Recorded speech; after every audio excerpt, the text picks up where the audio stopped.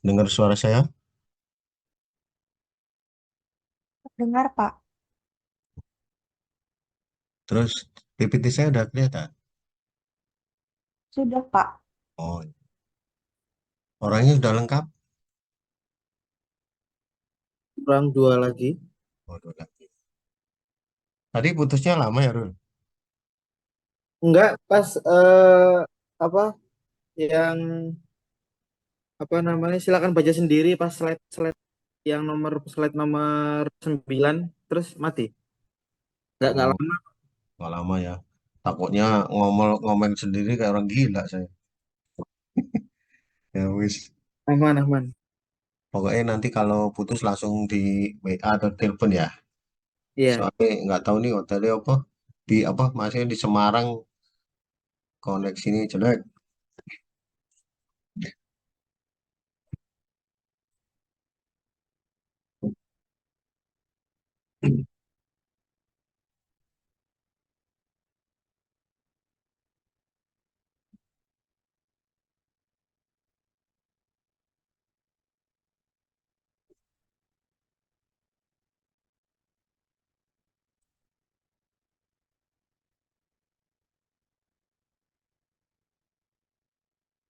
Kita mulai aja, Rul. Iya, boleh biar nggak kesiangan. Oke, baik. Terima kasih. Assalamualaikum warahmatullahi wabarakatuh. Selamat siang, salam sejahtera buat kita semua. Terus saya minta maaf ya, kuliah kosong mulu. Terus kemarin aturan ada tambahan, apa namanya itu nggak jadi lagi. Akhirnya sekarang mengganggu acara akhir pekan Anda ya. Karena saya minggu kemarin itu saya ikut ini ya, sertifikasi akuntan publik investigator. Jadi sekarang ini ada regulasi baru sejak 2021 bahwa eh, audit investigator selain auditor investigasi, selain BPK, selain apa namanya itu BPKP, terus selain penyidik pajak itu sekarang akuntan publik di ini ya dikasih apa namanya satu-satunya yang diberi mandat ya untuk bisa melakukan jasa audit investigasi gitu. Yang mana audit investigasi itu kan tadi udah saya sampaikan di mata kuliah audit investigasi yang mengambil konsentrasi audit ya. Itu nanti digunakan untuk ini keterangan ahli, digunakan untuk bukti di penyidikan dan penyelidikan di kejaksaan, kepolisian dan aparat penegak hukum lainnya. Jadi satu-satunya nanti yang bisa melakukan audit investigasi itu ya hanya akuntan publik gitu, untuk jasa keuangan. Dan syaratnya apa? Syarat utama dan pertama itu harus S1 akuntansi murni. Misalkan ada orang sarjana pendidikan akuntansi, nggak boleh. Jadi harus sarjana murni akuntansi. Nanti Anda kalau udah lulus, saya sarankan untuk melanjutkan ke CPA ya. CPA ya, untuk jadi auditor dulu baru bisa nempuh auditor investigasi gitu. Nah itu ada sertifikasinya lagi, ada ujiannya lagi. Kemarin saya ujiannya 5 hari sampai gempor saya. Jadi hari Senin sampai Jumat itu pelatihan dulu, ya, menyampaikan materi dulu ya, penyampaian materi, diskusi, 2 jam terakhir ujian, terus sampai 5 hari terakhir baru mempraktekkan, ya, mempraktekkan bagaimana jadi auditor investigasi itu, terus bagaimana peran audit investigasi itu di pengadilan, terus bagaimana cara memberi keterangan di pengadilan dan lain sebagainya. Jadi pengalaman yang sangat mengasihkan kemarin itu, walaupun melelahkan gitu. Tinggal nunggu pengumuman mungkin ya sebulan lagi lulus tidaknya. Kalau bisa nanti Anda ya lanjutkanlah, jangan hanya puas di sarjana akuntansi gitu aja gitu ya. Jadi benar-benar di ini ya, diperhitungkan banget orang akuntansi itu. Orang akuntan itu benar-benar diperhitungkan banget di jasa keuangan. Bahkan sampai merambah ke jasa hukum. Bahkan di hukum di apa permasalahan hukum itu akuntan ini diperlukan ahli, diperlukan sebagai ahli untuk memberi keterangan yang terkait dengan laporan keuangan apabila kecurangan itu terjadi pada laporan keuangan suatu entitas atau suatu perusahaan. Bahkan audit investigasi itu bisa ditunjuk untuk menghitung kerugian negara juga apabila terjadi penyalahgunaan di BUMN atau di apa ya di unsur-unsur pemerintah, instansi-instansi pemerintahan bisa juga. Nah, itu kan maka dari itu Anda rugi kalau tidak mengembangkan arah ke sana. Hanya sebatas sarjana akuntansi gitu aja rugi. Jadi kalau bisa Anda kembangkan. Nah, seperti itu sekedar intermezzo ya. Nah, sekarang kita menginjak ke perkuliahan kita hari ini selaku apa sebagai perkuliahan tambahan. Mudah-mudahan sebelum UAS nanti apa yang menjadi utang saya untuk ngisi yang bolong-bolong tadi karena sesuatu hal ya mudah-mudahan tercapai lah. Nah, kebetulan kemarin itu saya mau ngisi juga. Ternyata banyak ini ya, banyak tugas yang mendadak keluar kota ke Semarang kemana terkait dengan ada audit investigasi atau audit khusus, ada pemeriksaan pajak, macam-macam lah. Jadi ya harus istilahnya kata orang Jawa terpontal-pontal. Baik, kita eh, menginjak ke materi kita. Hari ini kita judul pembebasan biaya masuk. Ya, beberapa waktu yang lalu kan sudah saya bahas, sudah saya sampaikan terkait fasilitas kepabianan ya. Salah satunya kita udah saya sampaikan masalah bebas biaya masuk. Nah, kalau kemarin itu hanya sebatas ini ya, pengantarnya saja. Apa sih fasilitas-fasilitas kepabianan itu? Nah, salah satunya yaitu adanya bebas biaya masuk. Nah, nanti yang Anda pelajari ya ini aja. Nanti ini saya jadikan perkuliahan hari ini saya jadikan ini ya soal nanti. Pasti ini saya jadikan soal maka mohon diperhatikan nih pembebasan biaya masuk. Untuk soal UAS ya. Nah, untuk perhitungan kalau nggak salah ada yang masalah keraguan ya, ada perhitungan pengenaan pajaknya gimana. Nanti kita bahas khusus lah nanti. Dan juga saya punya utang Anda untuk mempelajari terkait klasifikasi barang, menghitung tarif biaya masuk yang terkait dengan klasifikasi barang. Barang itu kan ribuan ya, macamnya, jenisnya. Maka dari itu nanti eh, ada kode-kode. Ada kode-kode yang mana kode-kode itu ada pedomannya, ada standarnya yang sudah disepakati oleh seluruh dunia lah istilahnya. Seluruh dunia yang mana kode-kode itu sudah berstandar internasional. Sudah, maksudnya sudah umum di kalangan kepabianan internasional. Ya, itu nanti saya sampaikan eh, kalau lewat online nggak mungkin. Nanti boleh deh suatu saat nanti Anda ke kantor saya seperti mata kuliah audit 2. Audit 2 itu ke kantor saya. Kemarin saya jelaskan langsung dan juga praktek langsung terkait dengan atlas ya. Kebetulan yang menyampaikan atlasnya itu Nasrullah ya. Gimana kertas kerjanya itu gimana. Nah, nanti di kepabianan ini paling tidak nanti melihat buku tarif. Nah, bukunya itu wah halamannya itu banyak banget sampai 900 halaman nggak mungkin saya sampaikan secara online nggak mungkin nanti giliran lihat satu-satu misalnya lihat satu-satu itu maksudnya gini kita kasih kasus kasus mengenai klasifikasi barang misalkan terkait impor dengan bahan baku plastik ya untuk pembuatan kemasan air minum Aqua. Ada beberapa klasifikasi barang yang mana barang itu bagian dari botol Aqua itu harus diimpor misalkan. Nah, ini termasuk klasifikasi barang yang mana, kena tarif berapa.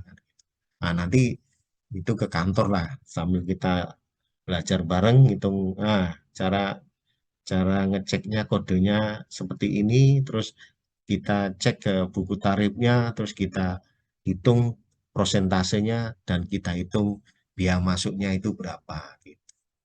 Terus kayak contoh pembuatan sikat gigi ya, sikat gigi itu komponennya banyak kan. Ada yang untuk sikatnya itu sendiri, bulu-bulu sikatnya itu, terus batangnya itu bagaimana ngitungnya, terus apalagi untuk pembuatan. Nah, kebetulan saya punya klien pembuatan ini ya, karpet plastik. Nah, itu komponennya banyak kan. Nah, kalau impor, komponen A, B, C, D-nya itu kan banyak sekali. Nah, dari masing komponen-komponen itu mempunyai kode tarif yang berbeda-beda. Penentuan tarif dari kodenya itu. Kodenya nanti dibagi subbab-subbab gitu. Udah di ya misalkan bab itu dibagi subbab, subbab itu dibagi subbab lagi dibagi subbab bab lagi. Nah, itu nantilah. Nah, kita sekarang membahas pembebasan biaya masuk. Nah, kenapa pembebasan biaya masuk itu perlu kita bahas di dalam mata kuliah kepabeanan? Bukan berarti saya pinter atau ahli di bidang kepabeanan, enggak. Saya sebetulnya saya itu bukan praktisi di masalah kepabeanan, tidak. Ke Keseharian saya itu praktek di akuntan publik, jelas itu sebagai auditor akuntan publik, ya. Sebagai konsultan pajak, ya. Sebagai konsultan hukum, ya. Sebagai konsultan pengacara pajak, ya, ya kan? Dan lain sebagainya. Nah, kecuali saya di bidang kepabeanan ini saya belum punya sertifikasi. Pokoknya selain kepabeanan saya sudah punya. Tapi kepabeanan ini saya belum punya sertifikasi. Kebetulan saya hanya punya pengetahuan yang sedikit, dulu pernah kursus gitu aja, kursus kepabeanan. Dan di dalam praktek saya kesehari-harian itu hanya sebatas peristiwa atau pengalaman di lapangan yang terkait dengan ekspor impor, pembebasan bagaimana, cuma sebatas itu aja. Tapi kalau secara sampai ahli punya sertifikasi sebagaimana saya punya sertifikasi akuntan publik itu saya belum sampai sejauh itu gitu. Hanya sebatas pengetahuan aja untuk mendukung pengetahuan saya dalam hal akuntan publik, dalam hal konsultan pajak dan pengacara pajak itu. Nah, karena di sengketa-sengketa atau di dalam audit itu pasti saya temuin terkait dengan masalah kepabeanan gitu.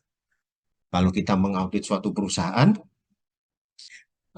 terkait audit penjualan pasti ada penjualan ekspor, ya, penjualan lokal, terus ada pembelian berupa impor, pembelian lokal. Nah, impor dan ekspor tadi ya baru mau nggak mau harus belajar kepabeanan. Nah, dari situlah saya memberanikan diri untuk mengajar masalah kepabeanan. Jadi tidak bersertifikasi sebagaimana yang saya sebutkan tadi.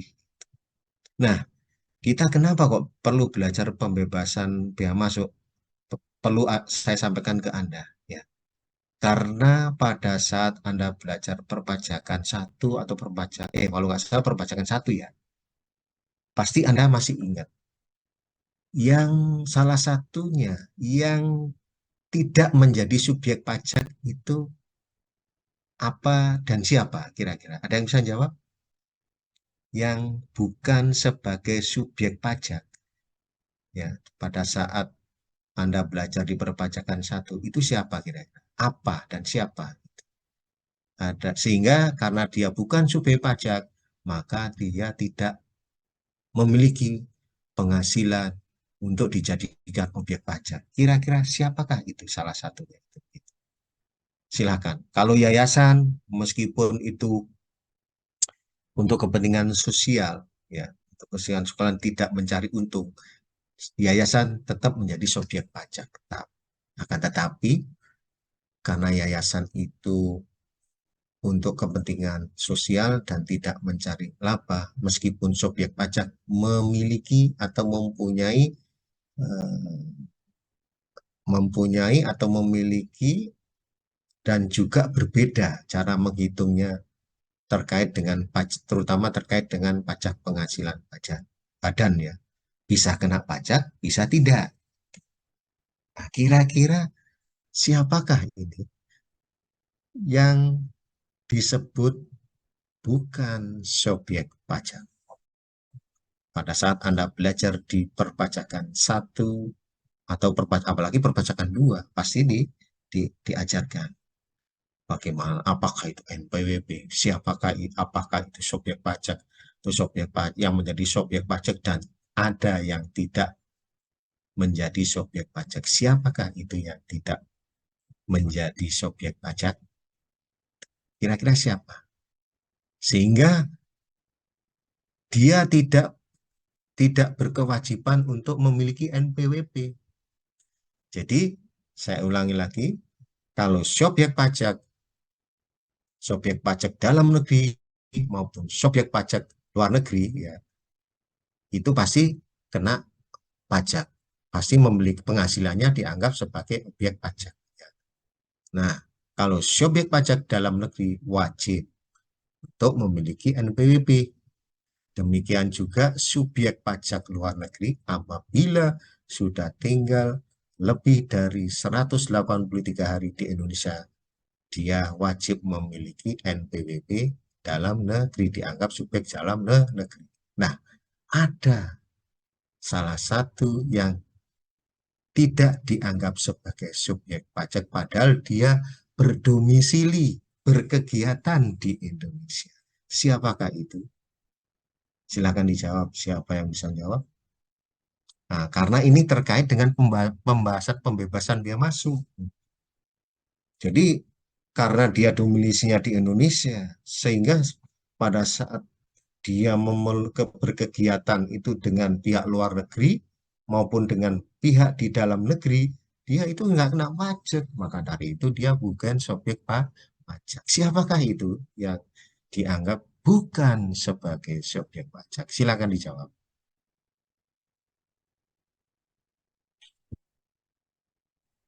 Silakan, ada yang tahu siapakah gerangan yang bukan sebagai objek pajak sehingga dia memperoleh fasilitas pembebasan biaya masuk dan bahkan pajaknya juga bebas, pajak impor, pajak dan lain-lainnya bebas.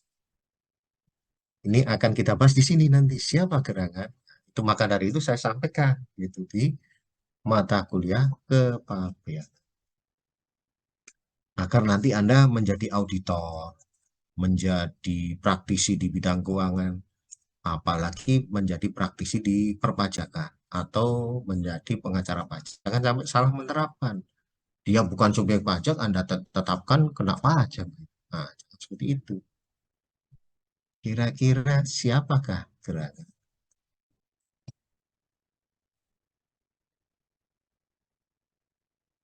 Silakan. Ada yang bisa menjawab?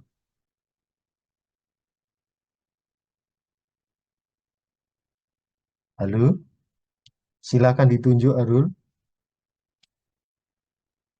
Mbak Desti.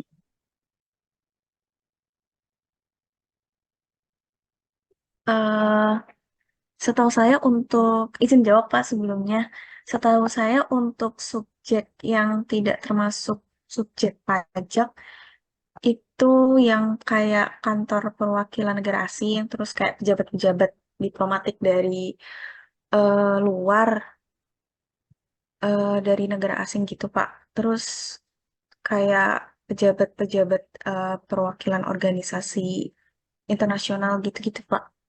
Tapi kalau untuk yang salah satu kalau ada satu subjek yang benar betul-betul satu dan itu bukan dari negara, bukan dari luar dan domisilinya dari Indonesia, saya kurang tahu, Pak. Oke, yang lain ada yang mau menyanggah atau menyalahkan lah gitu. Salah jawabannya Desi, harusnya ini. Ada yang begitu? Silakan.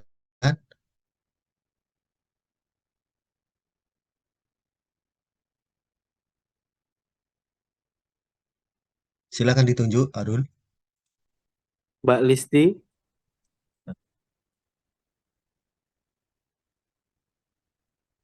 ada Mbak Listi? Iya, Mas. Nanti aja nih. Iya, Mas. Iya, gimana Mbak? Kalau menurut saya untuk yang bukan subjek pajak itu sama seperti jawaban Desti, yaitu kantor perwakilan negara asing dan organisasi-organisasi internasional yang tidak termasuk subjek pajak penghasilan dengan syarat Indonesia menjadi anggota organisasi tersebut. Dan mungkin tambahannya itu pemberi kerja orang pribadi yang tidak melakukan kegiatan usaha atau pekerjaan bebas yang semata-mata untuk memperkerjakan orang pribadi untuk melakukan pekerjaan rumah tangga atau pekerjaan bukan dalam rangka melakukan kegiatan usaha atau pekerjaan bebas, Mas. Seperti itu jawaban saya, Pak. Oke, berarti menambahkan itu ya. Setuju menambahkan. Ada yang menjawab tidak setuju? Oke, jawabannya tepat ya. Udah lengkap wis. Nggak perlu saya tambahin, udah lengkap. Ya, adalah perwakilan negara asing gitu ya. Nah, itulah yang akan kita bahas di sini ya. Nanti apa-apa aja dan bagaimana cara memperoleh biaya masuk, meskipun dia sudah diatur bukan sebagai subjek pajak ya, cara untuk memperoleh pembebasan biaya masuknya tetap harus mengikuti prosedur, harus mengajukan. Bagaimana caranya ya, kita bahas di sesi ini ya. Nah, fasilitas fasilitas pembebasan secara eksplisit diatur pada pasal 25 Undang-Undang Kepabeanan. Nanti baca sendiri ya. Pembebasan yang bersifat mutlak ya. Nggak boleh tidak. Jadi setiap negara itu terutama Indonesia ini yang kita bahas adalah negara Indonesia. Indonesia harus mutlak, harus membebaskan, tidak boleh tidak. Jangan mentang-mentang pemerintahan kita butuh pajak, butuh pemasukan APBN yang sangat tinggi. Wah, ini karena negara yang mendirikan perwakilan di Indonesia karena negara kaya raya, saya pungut pajak yang sebesar-besarnya untuk kepentingan penerimaan negara, nggak boleh karena bersifat mutlak. Kalau tetap melakukan hal itu pasti nanti kena protes gitu ya. Bahkan dapat dikatakan sebagai pelanggaran pergaulan perdagangan internasional. Ini sudah dapat dinyatakan di sini. Pertama adalah tata krama. Ya. Tata krama dalam pergaulan perdagangan internasional. Ya, itu tata krama itu ibaratnya kalau kata orang Jawa itu toto kromo. Toto kromo itu harus, meskipun kalau di Jawa ya itu hukum yang tidak tertulis. Hukum yang tidak tertulis yang mana hukum tersebut meskipun tidak tertulis sangat dipatuhi dan orang orang Jawa di sekitar berlakunya hukum tidak tertulis itu berlaku ya, sangat hati-hati dan tidak berani untuk melanggarnya. Kalau melanggar itu pasti sanksinya akan berat ya. Sanksi secara apa ya? Norma, secara norma yang mana norma itu tidak tertulis juga ya, akan dikucilkan lah istilahnya. Kalau orang itu melanggar tata krama di masyarakat Jawa itu akan dikucilkan, bahkan akan diusir dari desa itu. Misalkan nih ya, misalkan suatu terjadi di suatu kampung itu ya, terjadi perbuatan asusila, terjadi perbuatan asusila, di mana di kampung itu tidak ada aturan, tidak ada sanksi, dihukum atau di penjara, nggak ada. Dan mana terjadi pelanggaran asusila, misalkan eh, seorang remaja pria dengan remaja wanita istilahnya apalagi ketangkep ya berbuat yang asusila misalkan. Nah, asusila itu kan semacam pelanggaran tata krama yang berat. Nah, dengan adanya tertangkapnya itu, sanksinya apa? Sanksi moral. Yang mana moralnya itu pemuda dan pemudi yang tertangkap basah tadi pasti akan dikucilkan di masyarakat. Nah, bahkan ada masyarakat yang sampai diusir dari itu. Nah, demikian juga dengan hal ini, dengan kepabianan yang mana terkait dengan bebas biaya masuk ini. Kalau Indonesia melanggar tata krama dalam pergaulan perdagangan internasional, tetap dia mungut biaya masuk, mungut pajak, pasti Indonesia akan dikucilkan, bahkan dikeluarkan dari organisasi internasional. Nah, situ. Maka dari itu yang pertama ini disebut sebagai tata krama dalam pergaulan perdagangan internasional. Mutlak harus dibebaskan. Tidak boleh tidak. Demikian juga Indonesia, perwakilan negara Indonesia di negara-negara lain juga seperti itu. Diperlakukan yang sama, tidak dipungut apa-apa. Ya, masuk apalagi pajak. Nah, seperti itu. Yang kedua, otomatis berimbas pada barang untuk kepentingan publik yang bersifat, ini bukan bersifat ya, ini salah nih, bersifat, ini ngetiknya buru-buru ya, karena saya pagi tadi itu mempersiapkan materi 2 mata kuliah. Yang pertama kuliah audit investigasi, yang kedua audit kepabeanan ini. Jadi kemarin-kemarin saya nggak sempat, jadi bikinnya buru-buru, jadi T jadi K. Jadi yang kedua barang untuk kepentingan publik yang bersifat non-komersial, kemajuan pendidikan dan ilmu pengetahuan, sosial kemanusiaan, pertahanan dan keamanan, kesehatan dan lain. Terutama terkait dengan pertahanan ini. Pertahanan ini hanya double nih. Pertahanan itu impor impor apapun, berapapun yang terkait dengan pertahanan untuk kepentingan misalnya senjata atau apa namanya amunisi ya itu nggak boleh dipungut apa-apa. Kebetulan untuk kepentingan umum misalkan. Nah, kebetulan saya menangani perusahaan yang bergerak di bidang ini teknologi, yang mana teknologinya itu digunakan khusus untuk kepentingan umum. Nah, saya kebetulan baru-baru ini dapat kepercayaan menangani PT LAN Sistem Railway di Bandung. Nanti PT LAN itu akan menjadi holding company dari PT Dirgantara Indonesia.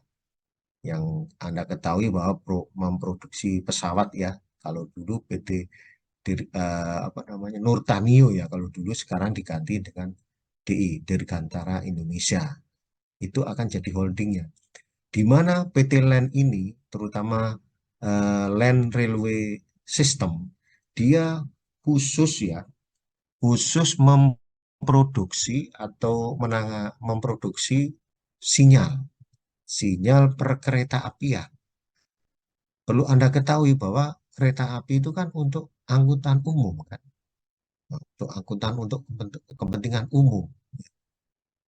Di mana pada saat impor ya, impor dari negara lain, ada hal-hal tertentu yang tidak bisa tidak bisa diproduksi di dalam negeri, itu ada beberapa hal yang beberapa jenis yang dibebaskan. Jadi pada saat impor itu tidak dikenakan biaya masuk, pajak, baik itu PPN maupun PPH pasal 22 impor. Nah, itu dibebaskan. Nah, ini kenapa dibebaskan seperti itu? Akan berdampak kepada harga tiket kereta. Kalau kos atau apa ya, harga pokok produksi dari kereta nanti kan berpengaruh kepada ini ya, HPP yang akan dijadikan sebagai pengurang eh, penjualan ya kan, atau akan dijadikan sebagai dasar atau perhitungan penjualan harga tiket ya. Kalau cost produksinya itu mahal, otomatis harga tiketnya mahal. Nah, karena ini untuk kepentingan umum, maka ada beberapa yang dibebaskan. Apalagi untuk kepentingan sosial, kemanusiaan. Ya, kayak seperti misalkan ada bencana di mana ya di apa dulu tsunami di Aceh. Nah, kan banyak itu bantuan-bantuan pengiriman alat untuk penanggulangan tsunami, untuk perahu dan untuk makanan dan lain sebagainya ya. Itu datang dari negara-negara lain, sumbangan itu dibebaskan, tidak dipungut biaya masuk, pajak apalagi. Apalagi untuk kemajuan pendidikan dan ilmu pengetahuan.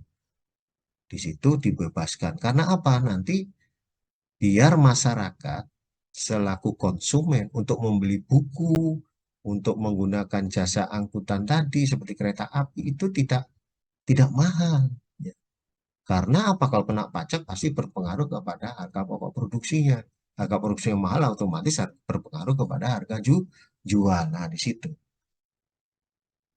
Nah, ini yang pertama yaitu pembebasan karena secara eksplisit diatur pasal 25 pembebasan yang bersifat mutlak. Udah diatur yang mana merupakan suatu tata krama dalam pergaulan perdagangan. Tadi seperti contoh tadi ya, tindakan asusila, hukum yang tidak tertulis, itu aja sangat dipatuhi, harus dipatuhi. Apalagi di sini terkait dengan pembebasan itu sudah tertulis dan diatur sebagai tata krama kan. Sudah tata krama dan diatur secara tertulis. Ada norma yang tidak tertulis dan ada hukum norma yang tertulis. Nah, ini sangat sangat kuat wajibnya bin wajib. Nah, seperti itu. Terus berikutnya fasilitas lanjutan dari fasilitas pembebasan bea masuk sesuai dengan pasal 25 ayat 1 Undang-Undang Nomor 17 Tahun 2006, fasilitas pembebasan mutlak terhadap 17 kategori. Nah, kategori barang. Barang apa aja yang mutlak ya? Pertama, barang perwakilan negara asing beserta para pejabatnya. Nah, seperti siapakah yang menjadi siapakah yang disebut sebagai non-subjek pajak? Nah, seperti jawaban Desi tadi ya, perwakilan negara asing beserta para pejabat. Itulah yang bukan sebagai subjek pajak. Nah, ini barangnya dia, barang perwakilan negara asing tadi, diplomatik, konsul apa, duta besar. Nah, itu kan mendirikan suatu kantor di Indonesia yang mempunyai aktivitas. Jadi apa duta besar itu nggak punya NPWP ya, nggak wajib memiliki NPWP karena apa? Karena dia bukan subjek pajak.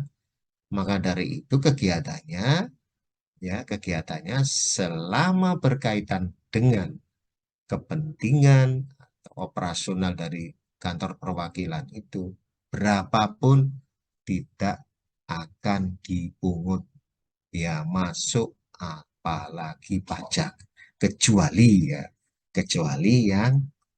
yang lain. Nah, itu baru. Jadi tidak semuanya tidak dikenakan pajak asal perolehan penghasilannya itu ya terkait dengan kegiatan perwakilan negara asing tersebut ya, dan para pejabatnya. Nah, itu yang pertama. Yang kedua, barang untuk keperluan badan internasional beserta pejabatnya bertugas di Indonesia. Jadi selama barang itu terkait dengan kegiatan yang ada di duta besar, di konsulat itu, ya, atau konsulen, nah itu tetap tidak kena pajak, kecuali kegiatannya di luar itu. Yang ketiga, buku ilmu pengetahuan. Ya, pengetahuan hukum, pengetahuan akuntansi, pengetahuan sosiologi, pengetahuan eh, teknik dan pengetahuan-pengetahuan lainnya. Itu bebas ya masuk ya dan pajak-pajak. Kemudian yang keempat, barang kiriman hadiah hibah untuk keperluan ibadah. Ibadah agama aja apa aja. Misalkan pemerintah Arab Saudi mengirimkan hibah untuk keperluan ibadah, untuk pendirian masjid, ya, ngirim dana, ngirim dana dalam bentuk kayak uang tunai, kemudian ngirim uh, kitab sucinya untuk agama Islam di drop Al-Quran, ya, yang sebanyak mungkin, terus dikirim apa misalkan sound system untuk kepentingan rumah ibadah dari Arab Saudi sana misalkan, atau negara-negara Arab lainnya mengirim ke Indonesia, itu nggak kena apa-apa selama untuk keperluan ibadah. Itu demikian juga yang beragama Kristen, ya, misalkan dari Vatikan sana ngirim Alkitab apa Bible, nah, itu nggak kena biaya apa-apa. Kemudian dari Vatikan sana ngirim dana bantuan untuk apa namanya itu pembangunan gereja. Terus ngirim lonceng khusus dari Vatikan sana untuk lonceng gereja, itu nggak kena masuk, nggak kena biaya masuk, dan nggak kena pajak apalagi gitu. Kemudian barang untuk keperluan museum, ini kurang N-nya ini. Sebentar ya, keperluan museum. Nah, untuk museum, misalkan ada patung Kendetes, ya. Patung Kendetes itu aslinya itu di negeri Belanda. Patung asli Kendetes, ya. Ada yang tahu Kendetes itu siapa? Yaitu Kendetes itu adalah ratu dari kerajaan Singosari, ya. Dulu di apa? Istrinya siapa, kemudian direbut oleh Ken Arok gitu. Salah gitu. Jangan-jangan Anda nggak tahu sejarah, ya. Sejarah sejarah apa pahlawan-pahlawan aja, kalau anak-anak sekarang aja banyak yang nggak tahu, ya kan, apalagi sejarah kerajaan zaman kuno dulu, ya kan? Lebih nggak tahu kali, seperti itu. Misalkan patungnya Kendedes itu kalau dinilai itu wah ratusan miliar mungkin, ya, kalau patung aslinya Kendedes itu. Nah itu misalkan eh, dikembalikan, itu kan sekarang katanya ada di museum di Belanda sana. Kemudian di patung itu meskipun harganya ratusan miliar, terus dikembalikan untuk kepentingan museum di Indonesia, itu ya nggak kena apa-apa, nggak mutlak nggak boleh kena pajak.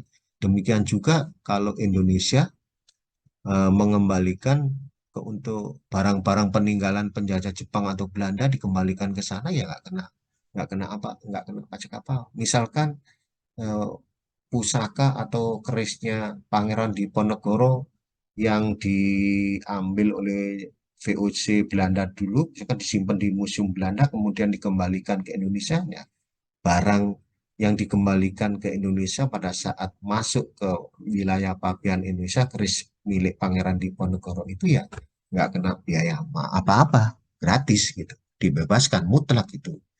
Nah, sepanjang keris Diponegoro terus kemudian patung Kendetes tadi untuk ditaruh lagi di museum nasional gitu. Situ. Barang untuk keperluan penelitian dan pengembangan ilmu pengetahuan. Misalkan seperti tadi itu, ya, untuk pengembangan perkeretaapian, sinyalnya gimana, teknologi untuk perkeretaapian, nah, itu dibebaskan untuk pengembangan dan penelitian, apalagi untuk pengembangan dan penelitian gitu. Untuk kepentingan pengembangan penelitian pesawat, ya. R80 misalkan mau Indonesia mau memproduksi R88 untuk berapa itu, ya. Beberapa komponen-komponen untuk pengembangan penelitian kan itu kan harus diimpor. Maka dari itu juga masuk dalam kategori pembebasan, pembebasan yang mutlak gitu. Kemudian barang untuk keperluan khusus tunanetra dan penyandang cacat, itu juga misalkan penyandang cacat itu yang tunarungu, alat pendengaran apa namanya, pendengar penyandang cacat lainnya itu misalkan kayak tunarungu, terus untuk apa itu untuk pendengaran kan, supaya misalkan kalau ada alat untuk bisa melihat, orang yang buta bisa melihat, nah, itu alatnya itu, ya, itu termasuk 17 barang yang mutlak harus dibebaskan. Nah, seperti itu. Nah, yang kedelapan, persenjataan, amunisi, perlengkapan militer, kepolisian termasuk suku cadang yang diperuntukkan pertahanan dan keamanan. Jadi untuk membuat tank, nah, membuat tank, terus kapal selam, terus pesawat terbang untuk kepentingan militer, ya, itu bebas. Sehingga kalau Anda lihat di pembelian impor di PT Pindad itu kan memproduksi senjata ya. Itu kalau impor ya pasti PPN-nya 0%. Jadi PPN impornya 0%, PPh pasal 22 aja juga 0%. Nah, seperti yang saya sampaikan tadi itu, di PT Land, sepanjang untuk pengembangan untuk kepentingan umum, itu Pak, ada beberapa barang atau komponen untuk persinyalan kereta api itu dibebaskan. Seperti itu. Ke-10, barang contoh untuk diperdagangkan. Jadi, sekedar untuk contoh ya, itu juga dibebaskan. Kemudian peti kemasan lain yang berisi jenazah atau abu jenazah. Nah, kebetulan saya mempunyai klien yang bergerak di bidang ini, di bidang apa namanya, jasa pelayanan rumah duka. Ada 3 atau 4 itu saya punya klien. Nah, itu ada beberapa komponen peti atau kemasan untuk menyimpan abu semacam kendi gitu ya. Itu bebas, PPN impornya 0. Jadi untuk penjualan rumah duka itu ada yang kena PPN, ada yang tidak kena PPN. Demikian juga untuk pembelian. Pembeliannya itu terutama yang terkait dengan impor, ada yang kena PPN dan ada yang tidak kena PPN. Jadi ada 2 jenis untuk pengenaan PPN. Kemudian barang pindahan ya, barang pindahan itu ya semacam punyanya ini ya, Badan Perwakilan Negara Asing kan, dia ke mau pindahan dari negaranya sana, misalkan mau pindah untuk menempati kantor perwakilan di Indonesia. Barang-barangnya misalkan kayak ini almari, kursi, misalkan harus menggunakan dari negaranya. Nah, barang-barang pindahannya itu nanti pada saat dari negaranya itu datang ke Indonesia ya nggak kena apa-apa. Demikian juga barang pindahan tadi ya, seperti lemari, kursi, kemudian dibawa lagi kembali pada saat masa jabatannya habis ya, itu termasuk kategori barang pindahan, jadi tidak dikenakan bea masuk maupun pajak. Ya. Kemudian yang ketiga, obat-obatan yang diimpor dengan menggunakan anggaran pemerintah yang diperuntukkan untuk kepentingan masyarakat umum. Nah, seperti baru-baru ini terjadi pada saat COVID-19. Nah, itu kan ada apa namanya, obat untuk COVID kan ya, apa istilahnya namanya dulu itu untuk disuntikan ya, untuk apa disuntikan supaya apa kebal terhadap COVID ya, itu juga vaksin ya, vaksin ya, itu vaksin ya, juga itu termasuk kategori 17 barang yang mutlak tidak dikenakan biaya masuk dan pajak seperti itu. Yang 14, barang yang telah diekspor untuk keperluan perbaikan pengerjaan dan pengujian. Nah, untuk misalkan untuk perbaikan, misalkan PT Dirgantara Indonesia meneliti untuk mengembangkan suatu pesawat. Kemudian ada komponen yang rusak, ada spare part yang rusak. Nah, spare part yang rusak itulah termasuk dalam kategori nomor 14 ini. Jadi barang yang mutlak harus dibebaskan biaya masuk dan pajaknya. Kemudian contoh-contoh lain juga banyak ya, kembangkan sendiri nanti.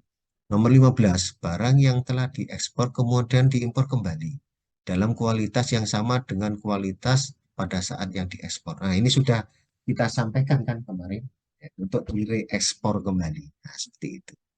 Kemudian kan kemarin kita bahas di impor sementara kan. Nah, itu termasuk ada beberapa kategori yang termasuk dalam 17 ini. Kemudian 16, bahan terapi manusia, pengelompokan darah dan bahan penjenisan jaringan. Nah, ini saya pernah nangani apa itu namanya PMI, Palang Merah Indonesia, untuk transfusi darah ya. Transfusi darah di mana komponen transfusi darah itu kan ada alatnya untuk memisahkan untuk mensterilkan darah supaya darah itu steril dari komponen-komponen apa itu kan perlu dipisahkan darahnya itu. Jadi pada saat setelah dipisahkan menjadi darah yang kualitasnya paling baik baru dimasukkan ke kantong darah. Setelah dimasukkan ke kantong darah baru dibuat untuk transfusi darah, diedarkan ke rumah sakit.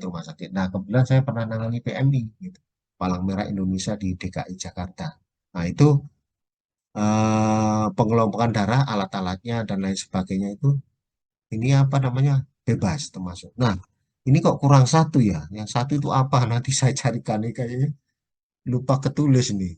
Sebentar nih. Urut-urutannya udah 1, 2, 3, 4, 5, 6, 7, 8, 9, 10, 11, 12, 13.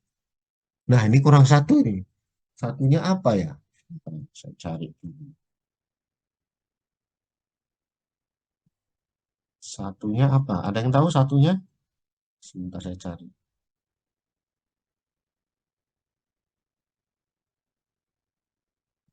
Apakah ada yang nomor salah ya? 17 harusnya. Ketepatan barang pribadi penumpang.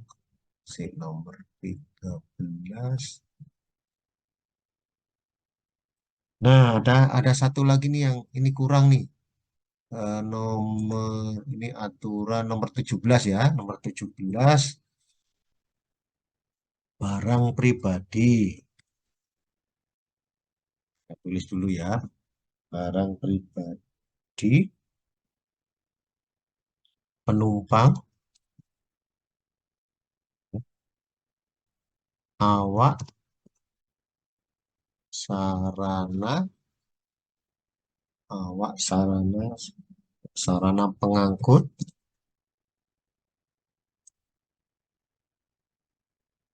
terus pelintas batas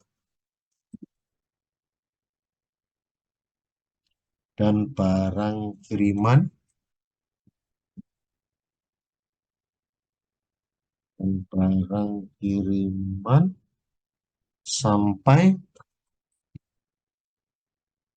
sampai batas nilai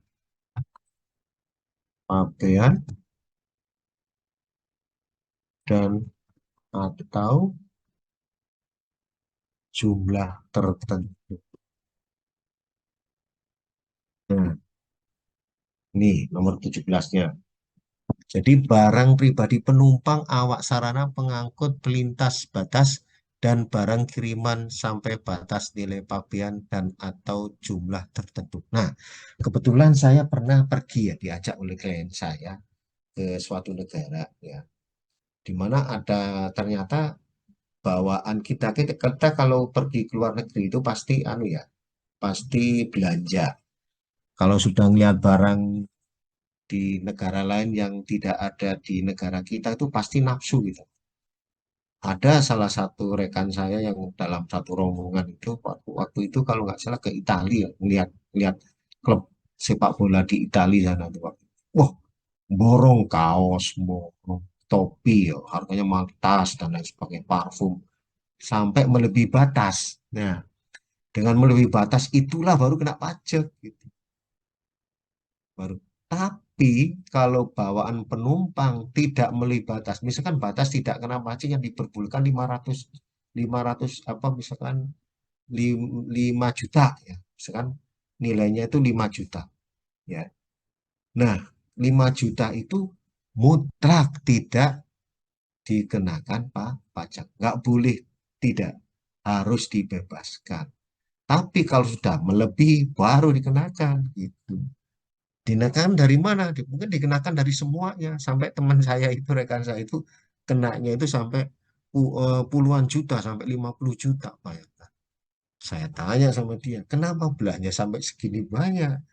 Karena dijual lagi katanya. Sangat menguntungkan. Memang pekerjaannya dia itu di sambil kerja kantoran, juga sambil dagang barang-barang branded.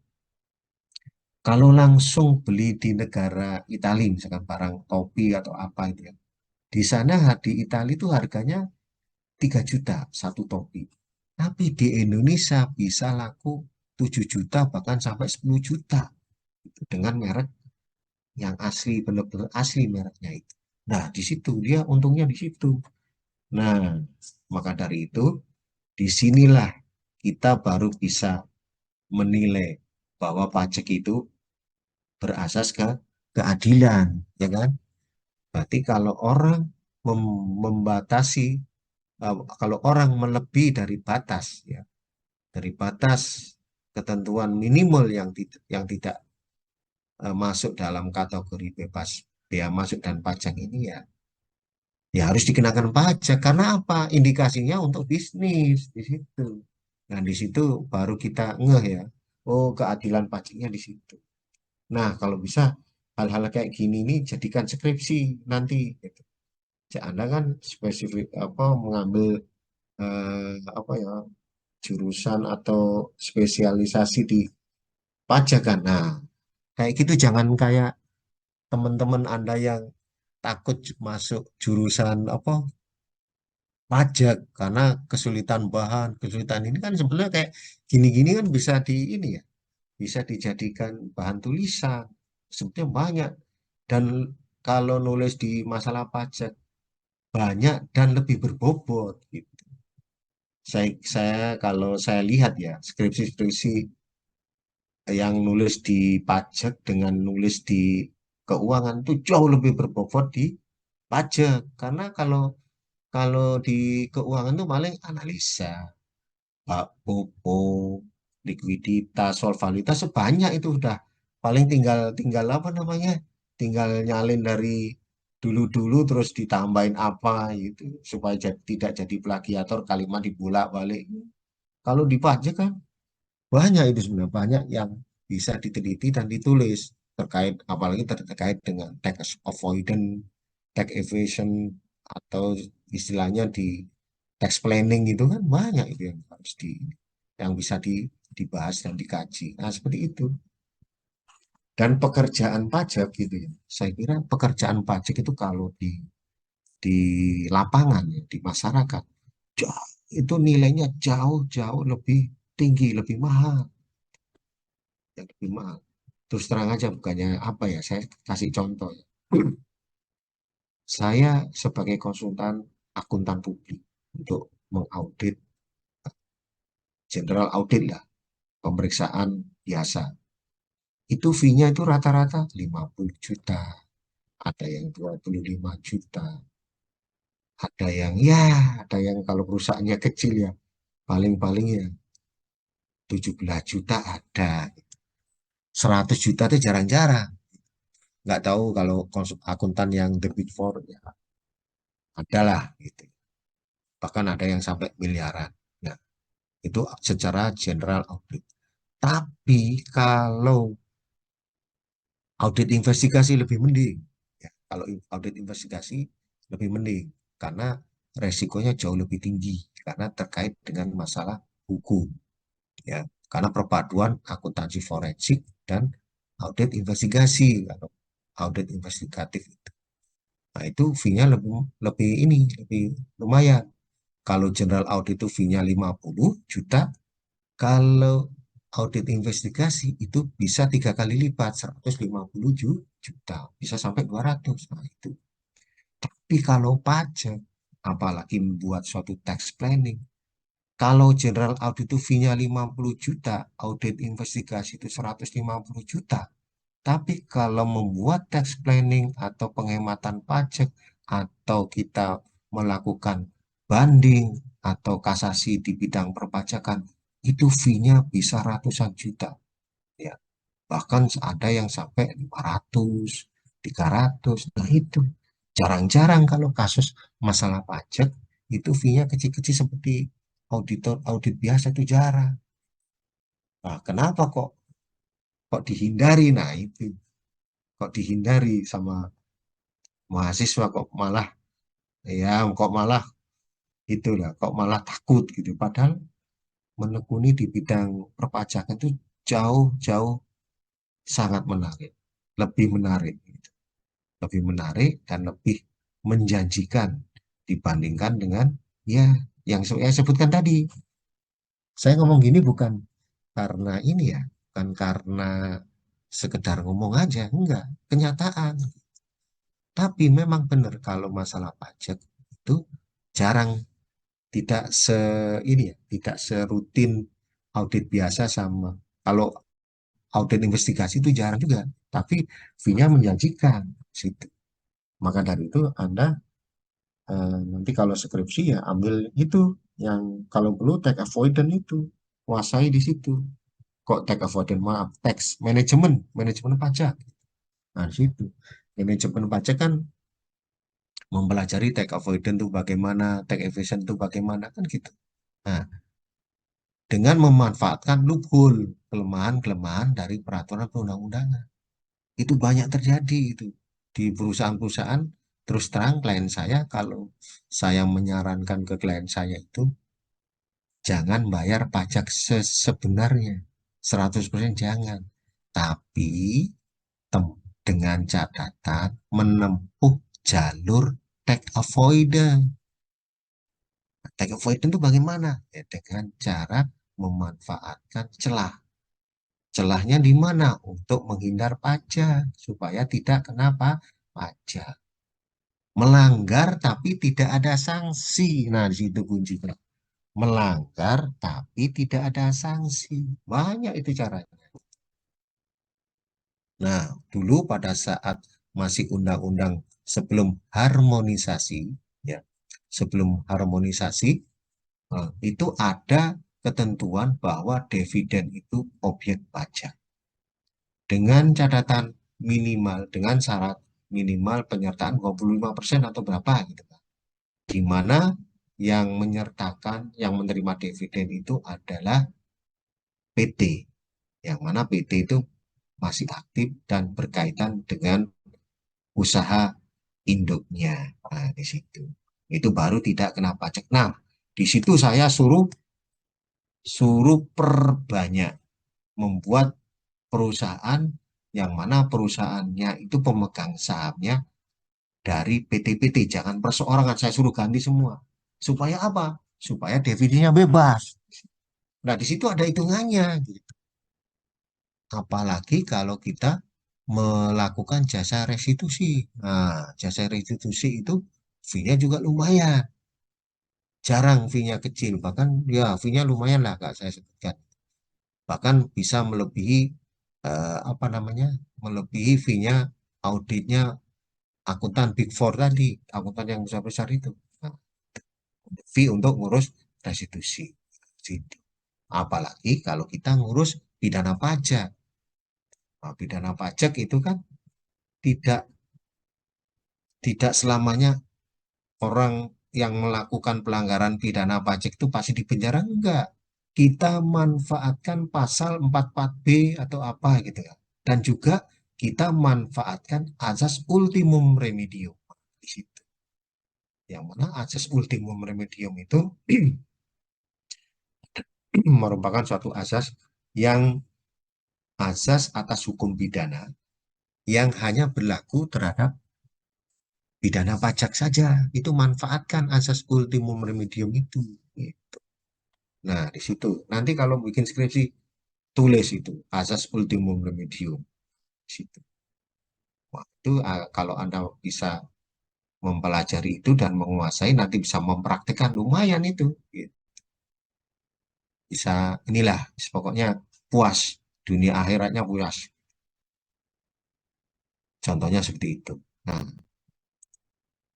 juga terkait dengan pembebasan biaya masuk, pembebasan ini juga bisa kita jadikan ini tax planning juga.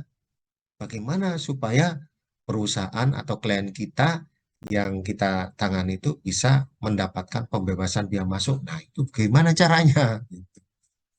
Ya, meskipun dia sebagai subjek pajak, pasti ada celah-celah eh, untuk dikenakan bebas biaya masuk. Gitu. Nah, rumah-rumah duka itu banyak yang sekarang rumah-rumah duka itu banyak yang menggunakan manfaat itu. Gitu. Sehingga lab, sehingga laba perusahaan meskipun tinggi ya, meskipun labanya tinggi sehingga pengenaan pajaknya itu bisa dihemat melalui pembebasan ini. Bagaimana caranya? ya nanti Anda cari sendiri, nggak boleh diterapkan di sini, apa saya sampaikan di sini karena melanggar kerahasiaan keuangan pribadi atau perpajakan dari wajib pajak. Nah, itu tadi sudah saya sampaikan di perkuliahan sebelum sebelum ini, masalah audit investigasi itu kode etiknya bagi auditor investigatif itu tidak boleh membocorkan rahasia apapun, termasuk salah satunya rahasia pajak, rahasia ini keuangan apa di situ. Caranya gimana? Nanti Anda tulis saja di skripsi. Kalau ada skripsi nanti saya kasih tahu. Kalau masalah skripsi nanti saya boleh kasih tahu. Itu terkait dengan penelitian dan pengembangan pengetahuan. Tapi nulisnya harus ya di redaksinya harus diolah dengan sedemikian rupa sehingga tidak menjadi suatu polemik, yang mana polemik itu dapat menimbulkan suatu pelanggaran kerahasiaan dari suatu perusahaan. Nah, seperti itu. Nanti kalau perlu nulis skripsi masalah pajak, teliti aja di rumah duka. Oke. Kemudian, nah ini seperti yang jawaban Desi tadi ya. Ini sorry ya, sebentar ya. Soalnya mata saya kalau ngelihat di komputer terlalu lama berair karena kemarin baru di laser juga. Sebentar ya. Maklum mata-mata udah faktor umur begini. Sebentar.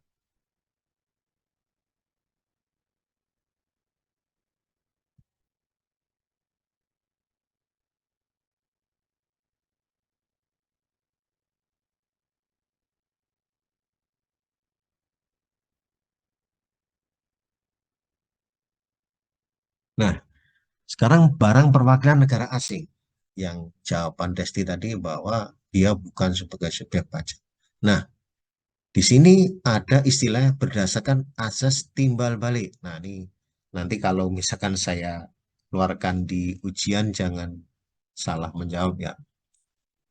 Asas timbal balik pemberian pembebasan biaya masuk terhadap perwakilan negara asing. Istilahnya PWNA ya, perwakilan negara asing beserta pada pejabatnya. Merupakan suatu bentuk kelaziman dalam tata pergaulan internasional. Pemerintah Indonesia secara resmi telah menerapkan ketentuan pemberian pembebasan biaya masuk dan cukai kepada Badan Perwakilan Negara Asing sejak tahun 1957 berdasarkan Peraturan Pemerintah Nomor 8 tahun 1957. Berarti udah lama sekali ya. Saya belum lahir, peraturan pemerintah ini sudah ada gitu kan. Terus pengertian asas timbal balik adalah asas perlakuan yang sama ya mengenai hak istimewa terhadap perwakilan negara asing beserta pejabatnya yang berstatus diplomatik di negeri yang bersangkutan. Jadi itu mempunyai hak istimewa ya, baik perwakilan negara kita maupun perwakilan negara orang lain di negara kita. Jadi itu mempunyai hak istimewa, tidak boleh diganggu gugat. Seperti itu ya. Jadi asas karena pembebasan biaya masuk yang diterapkan terhadap 17 barang tadi dan yang diberlakukan kepada non-subjek pajak tadi merupakan asas timbal balik ya, yang mana pemberian kebebasan yang merupakan hak istimewa tidak bisa diganggu gugat dengan alasan apapun. Seperti itu. Nah, selanjutnya, nah ini sorry ya, jangan diketawain nih, karena saya bikinnya buru-buru dan juga saya nggak begitu bisa cara membuat ini ya, cara membuat gimana gambar orang gimana. Jadi ya seadanya ini, anggap aja ini anak apa ya, anak SD lagi anak kelas 1 SD lagi belajar menggambar nih ya. Ini seperti yang saya katakan tadi, meskipun mempunyai hak istimewa, meskipun bukan sebagai subjek pajak, meskipun jelas-jelas tidak kena pajak, tapi ada prosedurnya ya, yaitu dalam bentuk permohonan. Ya. Jangan sampai tidak mengajukan permohonan. Ya. Perwakilan negara asing itu jangan, wah saya di Indonesia bukan sebagai subjek pajak, was, ya udah saya nggak perlu mengajukan permohonan. Ya nggak boleh. Ya, nanti kalau tidak mengajukan permohonan ya kena pajak, nanti bisa dikirain pajak itu. Dan ini semua berlaku seperti itu. Misalkan Indonesia di negara lainnya juga seperti itu, harus mengajukan permohonan. Jadi secara peraturan bisa dibebaskan apabila ada pengajuan, meskipun dia sudah mempunyai hak istimewa, bahwa hak istimewanya dia itu tidak dikenakan pajak dan dikatakan bukan sebagai subjek pajak, tetap harus mengajukan. Nah, di situ secara administratif, apalagi sekarang sudah zamannya zaman teknologi ya, itu secara online bisa. Nah, itu. Jadi ini diatur di PMK nomor 149 garing PMK nomor 4 tahun 2015. Nah, gambar ini kita ibaratkan sebagai kuasa atau pemohon langsung mengajukan permohonan ke Dirjen atau Dirjen Bea Cukai secara protokoler dan konsuler Kemlu di Kementerian Luar Negeri. Yang mengajukan permohonan, kemudian direkomendasi, ya sudah masuk dapat surat rekomendasi, kemudian mengisi di formulir PP 8/1957. Nah, itu impor. Kalau mendatangkan barang dari negaranya itu disebut importir ya. Mengajukan permohonan ya. Permohonan ke mana? Ke Bea Cukai atau pejabat yang ditunjuk. Karena barang yang akan dibawa ke Indonesia, ke kantor perwakilan negara asing tadi, kan harus melalui pelabuhan. Ya, otomatis melalui Bea Cukai. Maka harus mengisi di formulir PP 8/1957. Nanti tolong Nasrullah nanti di ini ya, dikirim bagaimana bentuk formulir P8/1957. Nanti ingetin saya, nanti saya carikan, saya kopikan, nanti tolong dibagi di kelas ini. Halo, masih dengar suara saya? Soalnya sinyalnya kadang-kadang putus nih, takutnya tiba-tiba putus. Tes, masih dengar suara saya? Masih, Bapak. Oh ya. Nah, jadi setelah mengisi formulir, baru diajukan permohonan ke kantor Bea Cukai. Nah, di kantor Bea Cukai itu bisa menolak, bisa menerima. Ya. Kalau menolak, nah, Bea Cukai harus menerbitkan surat pemberitahuan penolakan dan alasannya itu penolakannya karena apa? Karena, barangnya tidak memenuhi kriteria barang 17 tadi atau karena apa kan? Kalau menerima ya sudah, kolom persetujuan yang diisi di formulir PP 8 tahun 1957 ditandatangani setuju, begitu. Baru diberikan, baru bisa proses pengiriman. Seperti itu ya. Kalau ditanya pada saat bagaimana permohonan ini ya jawabannya kurang lebih itu. Tapi jangan digambar begini ya. Diuraikan, tertulis saja ya.